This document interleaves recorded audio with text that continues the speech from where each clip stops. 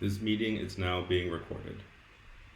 Great, awesome. So, thank you everyone. This is today is the 25th of October, and it's I don't know how many meetings we've had so far, but it's a meeting of the Ecma TC54-TG2 group, technical group, task group, designed to standardize package URL. As we start, I want to make sure everyone understand that this meeting is subject to a code of conduct, and you can see on our repository what's the code of conduct, and you're expected to all abide that. I'm going to put the link to the code of conduct so everybody is comfortable. It's the same we have for TC54, and you can see it now in the chat. It's on the GitHub repo at Ecma-TC54/TG2 in a file aptly named code of conduct. All right, first thing first, we need to go through if there's any objections to the meeting notes of the previous meeting, which was 2 weeks ago. I'm putting the link in the chat too. They've been copied from the running Google Docs and pushed into GitHub where we keep all the notes. Any objections with the meeting notes from last 2 weeks ago? No objection, but for my name, Adam, and John, we can remove observer because we're not observing. Okay, fair enough. Awesome, makes a perfect sense. John, you've looked at that. Makes sense. We can fix that on the current notes and update that going forward. Right, I was about to ask, and I didn't realize I was still muted. Yes, Steve, I just want to confirm, change that to the draft for the 10-11 minutes and make a change right now on the running notes as well. Right? Perfect. Okay. Cool. Yes. Yeah. Okay. Thank you. Second thing, if we can take an agenda, specific topics we want to discuss.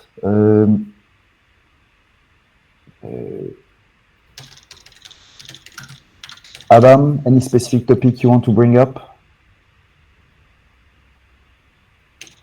None for me. Ariane? No. Great. Dennis?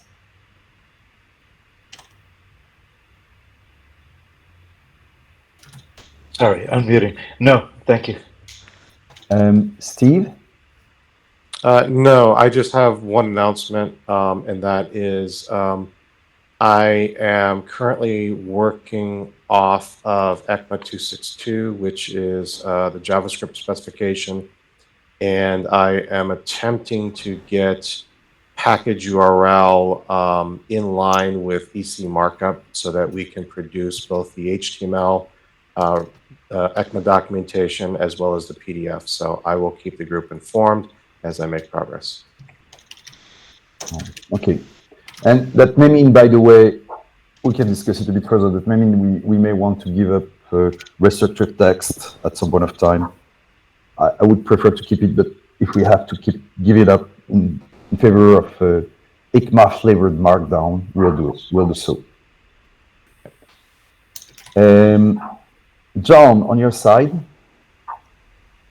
I have nothing more to bring up. Nothing in particular. Thanks, Philippe. Great. All right. On my side, some updates on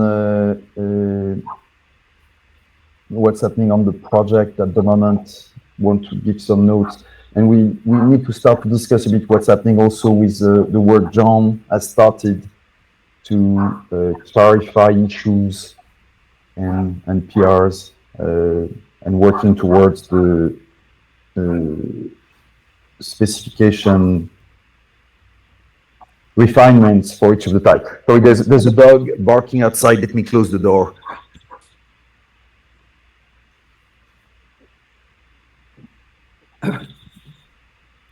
Stupid dog. the one that believes it's a cat is actually barking. And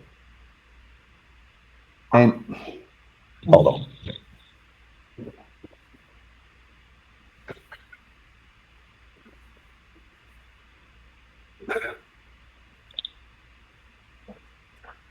It's what makes working from home charming.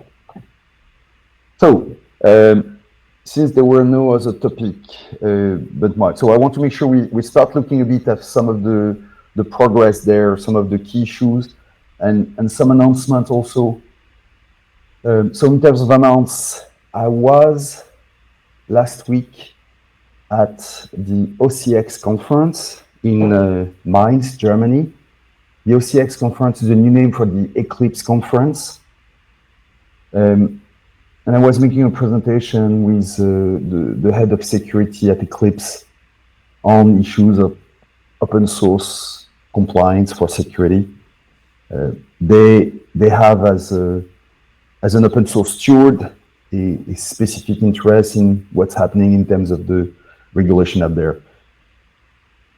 The interesting thing is everybody here was talking about Perl when I had discussion, even when they knew I was behind Perl, which was interesting. And the other thing is the fact that CycloneDX is also top of mind everywhere. So just interesting information. And there's a specific concern of the community around the accuracy of which package a Perl points to, or in some case, how to form a good Perl for something which are difficult. One example is I had a question at the end of our presentation about how do you create a Perl for upstream OpenJDK? And OpenJDK is a small piece of software which is used in many Java deployments, so not entirely innocuous, fairly important. There's a project at Eclipse called Temuran, which builds distro of the OpenJDK, and that's so Temuran and Octium. I don't know exactly all the details, but it's a concern of theirs. And of course, the elephant in the room is not so much how do you form a Perl, but ensuring that everybody knows the Perl, so it can be used after that properly in SBOM when you communicate and share with everyone and look up in vulnerability database. So a lot of very sharp questions. I was really amazed and awed to see how sophisticated and aware of the good and the issues we're trying to solve with the standardization people were. Discussed with folks from Mercedes, from Bosch, from ITAS, from Microsoft, from Oracle, and ING. And each time, I mean, these folks were of Perl, and that was wow.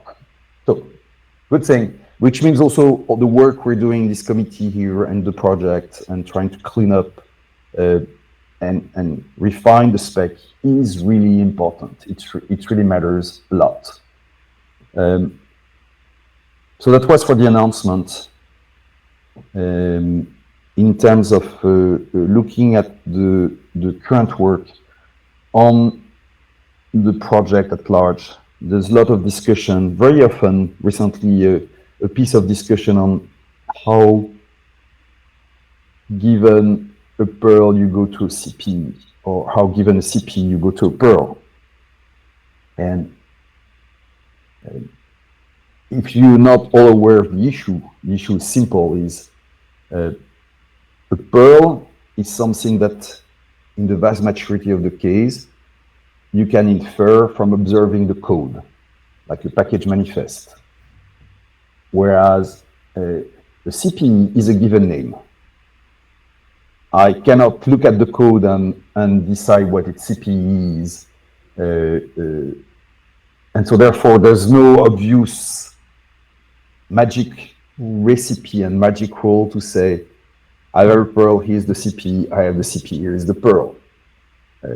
At least there's maybe a few cases where it may work, but at scale it doesn't. You need to have an explicit mapping. And as much as I hate that, we may want at some point of time to consider providing an explicit mapping. We had a project on About Code to do just that as part of vulnerable code, but it ends up being, in best case, a guess, unless it's manually thoroughly curated. It's also a problem, for instance, I know for folks from OSV at the OpenSSF, maintained with Google vulnerability database. So it's something to consider. So that's one interesting area. Other topic is I invited John Horan, present here, and also Jan Kowalczyk, quite active in the Perl and CycloneDX community, to join as co-admin on the spec repo, so they can directly help with the triage and processing of vulnerabilities. Mostly that's what John focuses. Jan, among other things, is working to make sure the spec is being published on a real website beyond just the REST files. They're wonderful, but they're a bit geeky. I want the spec to be a bit more visible and accessible. I know where it stands, but it's going to be published on Read the Docs.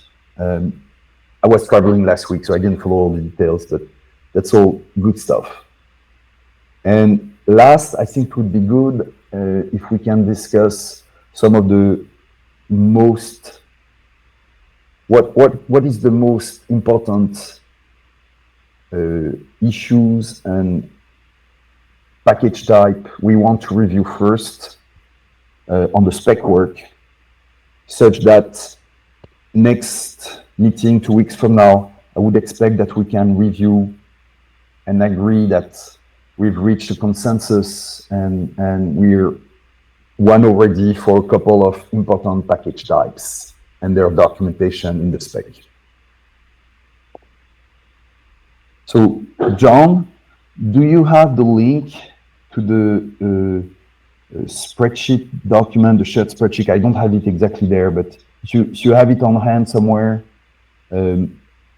maybe it's actually in last week's meeting. I've got it taken care of. It's just as an aside, it's also in issue 190, which is the governance issue, but it's in the notes, and I can paste. It's under the agenda items, but I also have it open. So let me, just to make things easier, I'm going to paste it as well in the Google Meet chat. Right.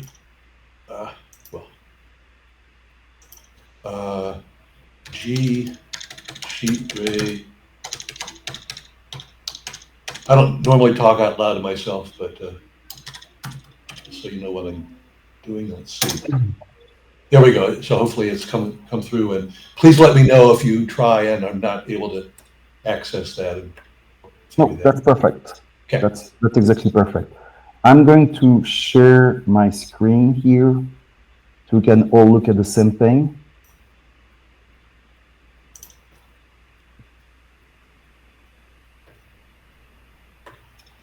And so we're looking at this spreadsheet here, and so there's a lot of content here. It's a bunch of reports and curation that John did on top of the list of Git repositories. But the question is making sure we can review the priorities here. Let me actually sort this by priority.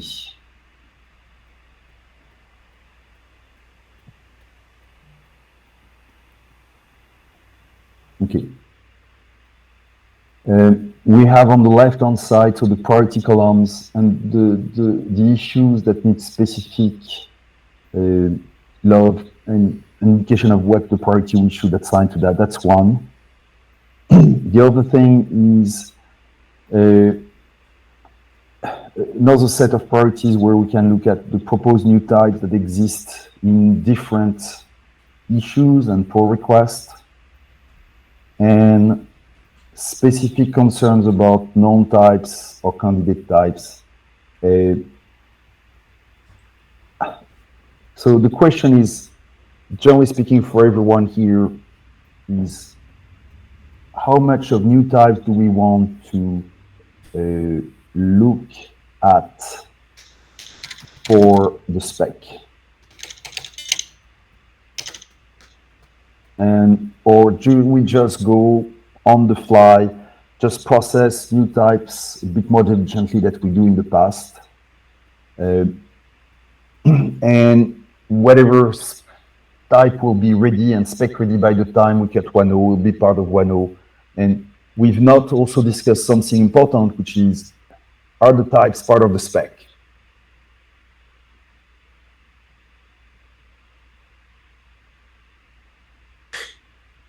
Yeah, I mean, I have an opinion on that, but Go ahead. It's an important one. I do not believe the Perl type should be part of the Perl spec. Similar to how, you know, HTTP and FTP and SMTP, etc., are not part of the URI spec. Okay.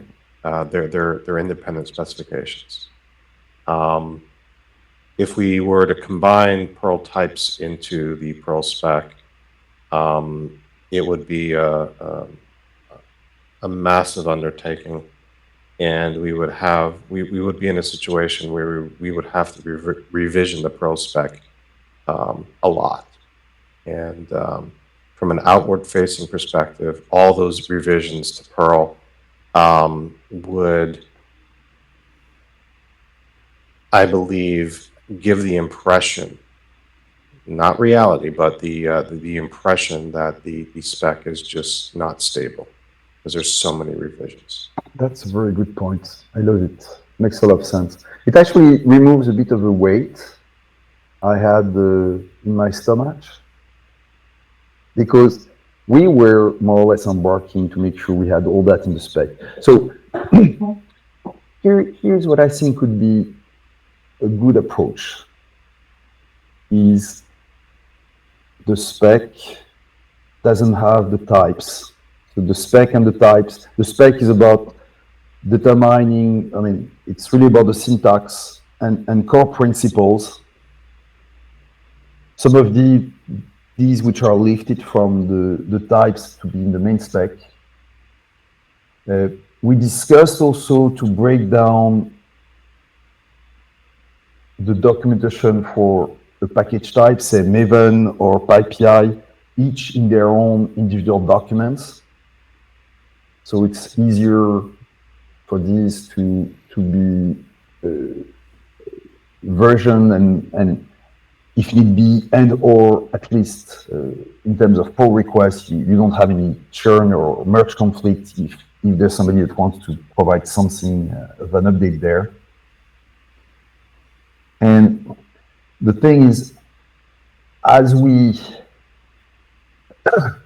so you're going to have a much better, easier way to track the change to each individual types. If there's any change, most of them should be fairly stable, but as we go, and then for each type, we can say that's been syn spec 1.0 or syn spec 2.0 or syn spec 1.1, whatever future version and revision of the spec will have. Though I would expect the spec to be eventually super stable, and there should be at the spec level very few change. If there's some level of churn, or churn is not a good word because it's negative.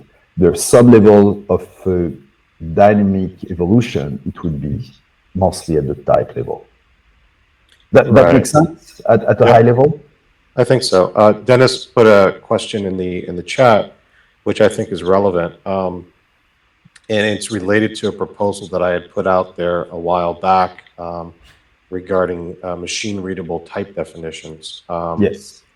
So you know, I think the specification, because we're not going to be, because we are not going to be, that's a cool effect, because we're not going to be, you know, including the Perl types in there, having a link to the authoritative list would be good in a machine-readable format. And if that authoritative list could then link to the definition also in a machine-readable format to that Perl type, that would be even more ideal. Yeah. So the question is really, by the way, there, just to segue for a second, what's the way to have a machine readable structured definition of the spec for the type and the spec, well, the spec and the types, knowing that the spec is maybe something for which we can have like an EDNF grammar of sorts. The types is about being able to validate specific content that are expected to exist in a certain part of the Perl at a very high level. So for instance, you always have a group ID, meaning a namespace when you have a Maven Perl. Because otherwise it doesn't exist, it cannot exist in the Maven world at all. Right.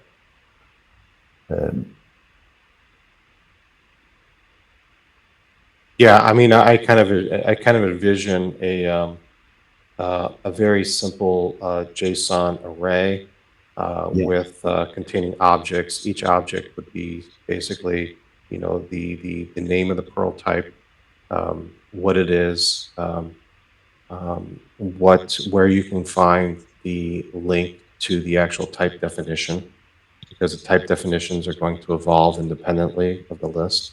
Mm-hmm. And then the Perl type definition, you know, you can break down essentially. We right now we've got human words to describe, you know, the various parts of a Perl type. For example, limitations on characters that can exist on namespace or group, and you know, whether a namespace is required or not, or you know, various things. So you can make that with a little bit of work. You can make a type definition for that in JSON, not overly difficult. That's so that I'm comfortable we can do, and that's, to me, that's super interesting and useful.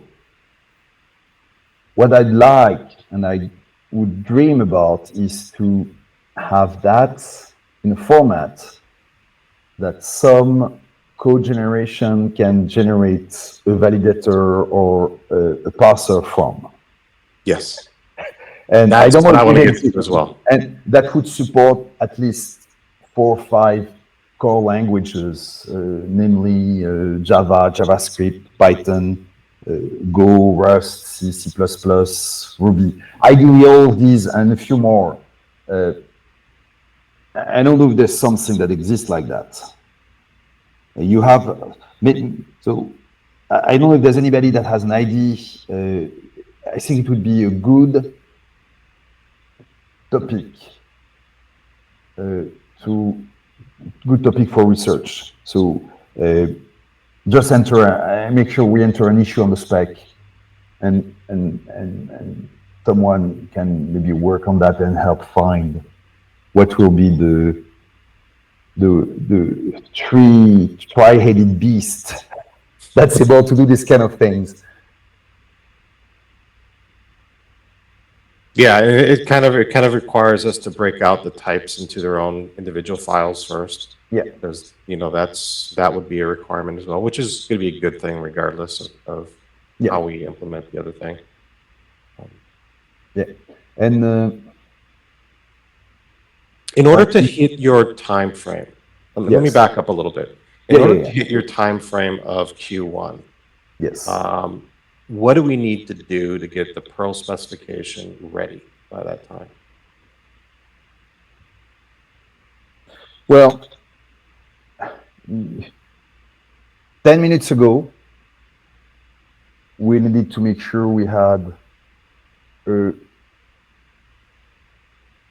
eventually all the currently supported Perl types reviewed, cared for, refined, and all related issue closed. And that was an immense amount of work, endeavor to make sure it would be finished in Q1. Now that we're considering a different tack,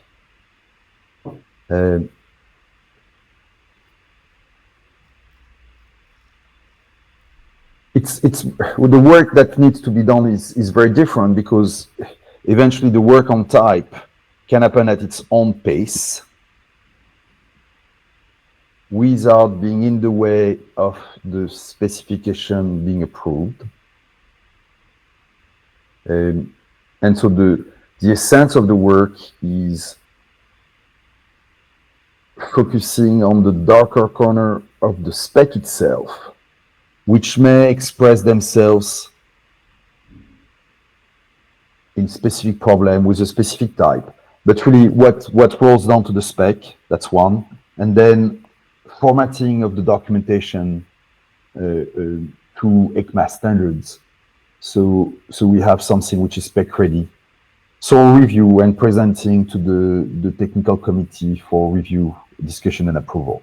That's the way I would see it. So 10 minutes ago, immense amount of work. If we agree moving forward, that work hasn't gone away. It's just no, the work is not going to go away, but it's no longer a critical dependency. That's my point. Right. For the specification track specifically, it's still as important. It still has to be done, but it's not like there's no spec person breathing down my neck saying, "Hey, we have to finish all these mass of things by that date, otherwise we're in the poo-poo." It still has to be done. There's no question, and it's still top of mind. But then, if we're looking again at the document that John shared and prepared on the spec. By the way, I want to make the point that's still a work in progress, and I'd be happy. Yes, and it's going to be a work in progress forever, John. Unfortunately, yeah. Because I mean, for example, that priority column. Yeah. I'm populating it row by row in a second or third pass now, and I've only done approximately 50 of the issues and a few of the PRs. So just y'all know. Okay, thank you. Sorry for the interruption. Yeah, no, but so for instance, there are things which are specifically at the type level and specifically at the spec level. For instance, this is strictly a type issue. There's already been discussions, probably something we may be able to close fairly soon. It's been discussed. We had chiming from the Go creator there. It's unfortunate because it's also called Golang in many occurrences in the Go world.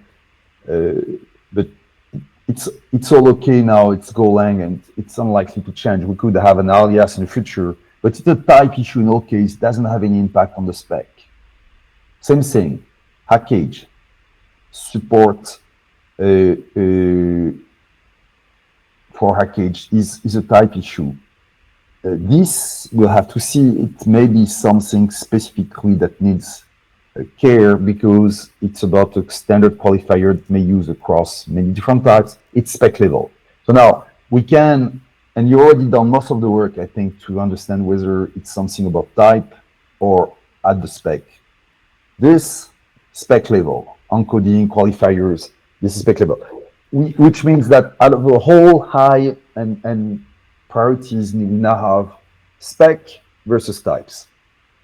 Yeah. Can we would it be possible to separate out some of those things that are specific to the specification, as well as come up with a list of, some of the Perl types basically have kind of the same qualifiers.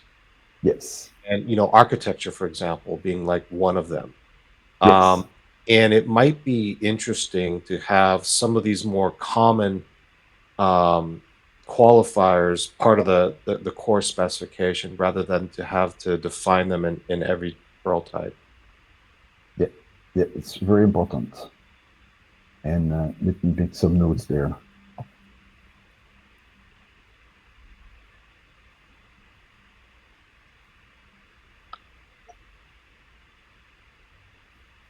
Yeah, oops.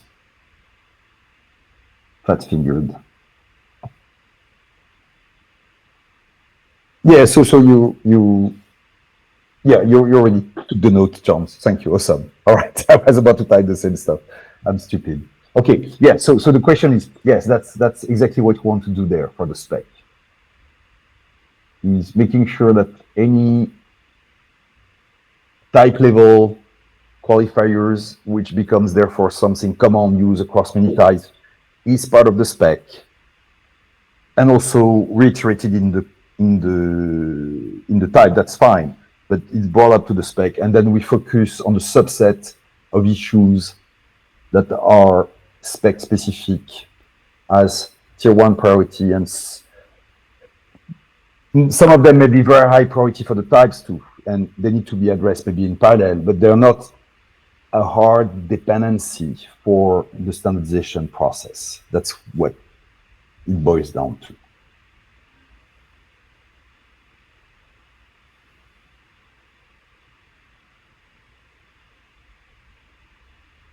Okay, so that's pretty much all what I had to discuss today on my side. But I think we've made, in a little amount of time, a massive amount of progress, as far as I'm concerned. So I think 2 weeks from now, what we'll do is making sure that we can review these specific issues, and we can start right away working on some of these to report that to the task group 2 weeks from now. Okay. I have one question for you, Steve. Can we have the coordinate, the URL for this meeting shared publicly, or is it shared only on the folks which have registered interest to be observers or are part of Ecma? Yeah, I put the link on the OWASP shared community calendar. Wonderful. Wonderful. What we're gonna have to do, we're gonna have to do, however, is keep a running, and we're already kind of doing it, is kind of keep a running log of who is participating, and properly mark them whether or not they are an OWASP member or not, whether they are an observer, which they are. If as an observer, you just observe, you don't really participate, or if you are an invited expert. Okay, wonderful. Yeah, it makes perfect sense. I like very much that, which is more like ask for forgiveness rather than permission there. Well, it's really just a matter of making sure all the authorship is tracked, because at the end of the day, this is a royalty-free patent, policy that it conforms to. Yeah, completely. So I want to make sure we do everything by the book with regards to Ecma and the international standard process. But I come from a community background, and I'm also mindful that I want to have the widest possible participation in these efforts. Now, John especially when it comes to Perl types. Exactly. So now, John brought up the idea to have a separate community meeting, and especially it could be the place where we can have more concrete work on the Perl types that feed into the spec eventually. But so we want to have that also, and I want to be mindful not to have too many meetings, because I don't know how you do that, Steve, but if you look at all the OWASP, CycloneDX, Perl, SBOM discussion taking place in all the different organizations and the CISA and else.